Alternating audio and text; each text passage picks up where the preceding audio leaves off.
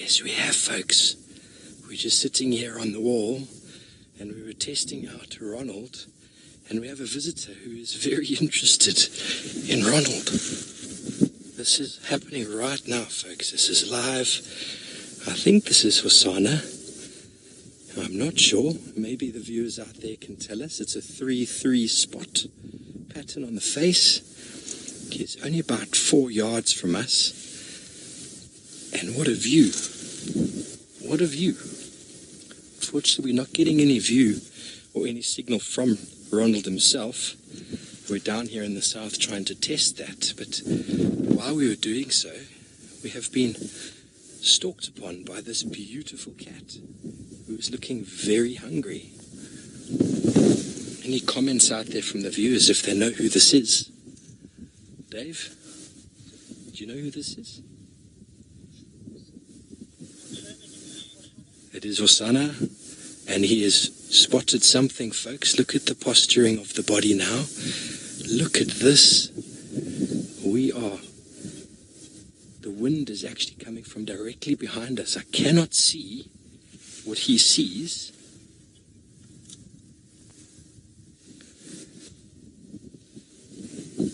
But there's something has caught his attention in the bushes there.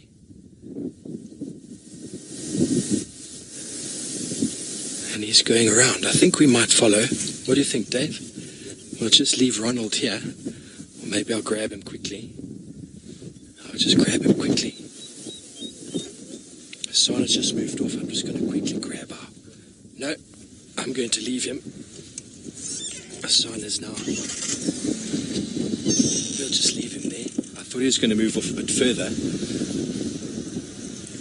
We're at Chitwa Dam, folks. We were having some signal issues, but lo and behold, we have found a leopard. Or should I say, he has found us. Dave initially thought he saw a lion walking up the hill here. It was not a lion, it is the little prince. And he is beautiful. The wind has really picked up. It was a lot, blowing and gusting a lot more than it was before. And whatever it is that got his attention has now moved away. And now I think he's going to come and say hello to Ronald again, who is stranded outside of the vehicle. Look at that. You can still see he's quite a young cat. By the size, it's definitely a male. He's not a big leopard, but for his age, he is. Hello, boy. Of the eyes.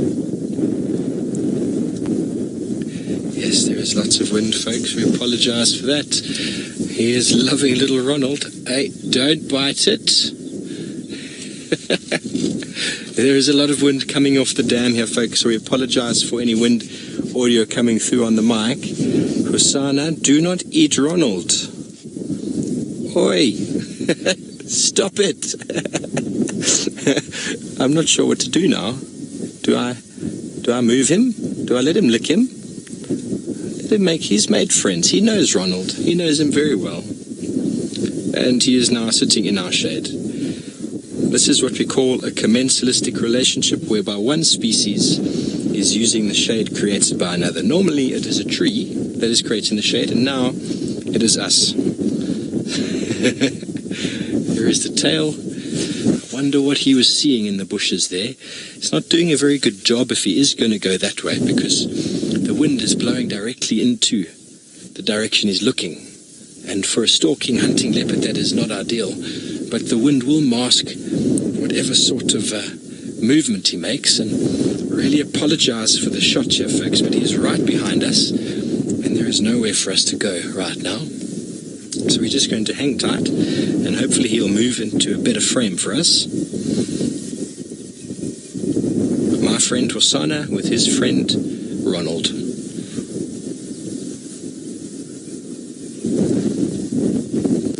He is a very relaxed leopard. I could probably start the vehicle and move now.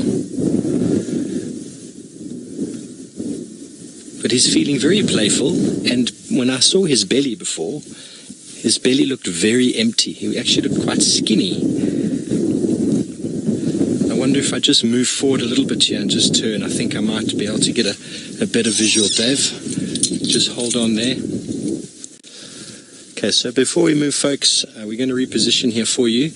And I believe Tristan has got that magnificent leopardess with her cub.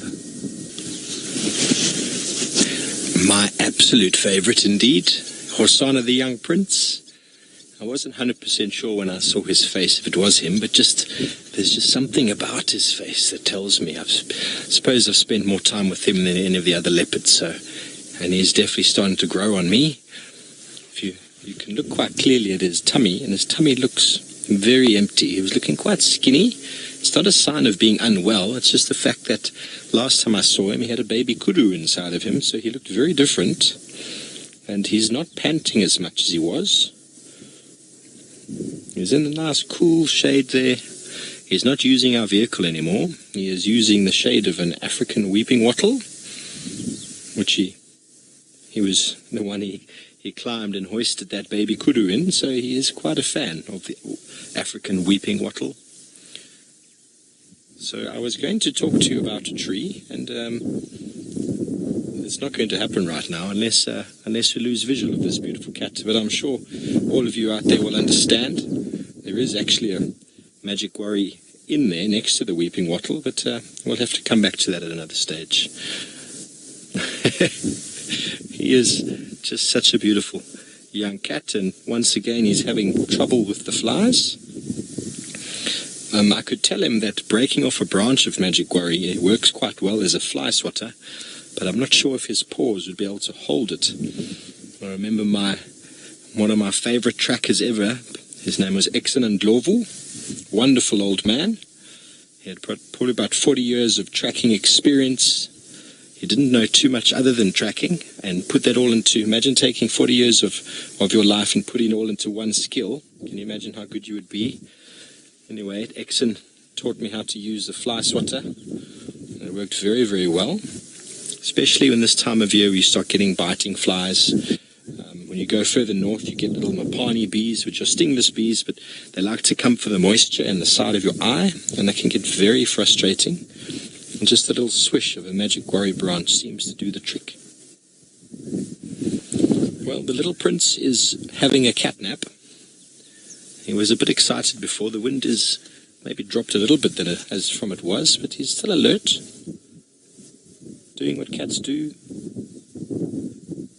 I believe we have 2 leopards on drive this afternoon. Both are doing something quite similar. Or actually you have 3. There's Tandy and her little cub. Beautiful. Look at that. That is the leopard foot. You can clearly see the 4 toes, and the back of the pad has got that beautiful 3-lobed shape. That is what we look for when we are tracking these cats. The hyena's track looks very different. The back pad is 2-lobed, and if you can see those spaces between the toes themselves and between the back pad, between the toes and the pad, that is what we call negative space. And in lions and leopards, that's what we see in the track. We see that space in the sand. In hyenas, those toes and those pads are very, very close together, and they almost pinch the soil. It's very characteristic in the track. There you can see it quite clearly, that negative space. And in very nice, fine, sandy soil, you can actually see the hair from around the toes and in between the foot there. You can actually see that in the sand, but on normal road conditions, that's not visible. And unlike the hyena, the leopard does not show its claws in its track unless it is running extremely fast. You don't often see it, whereas the hyena, which is not able to pull its claws back in, is always visible. The claw marks are always given away. What a beautiful boy. Yeah, he looked at me when I said that. Look at that face. He's so regal. He is such a prince.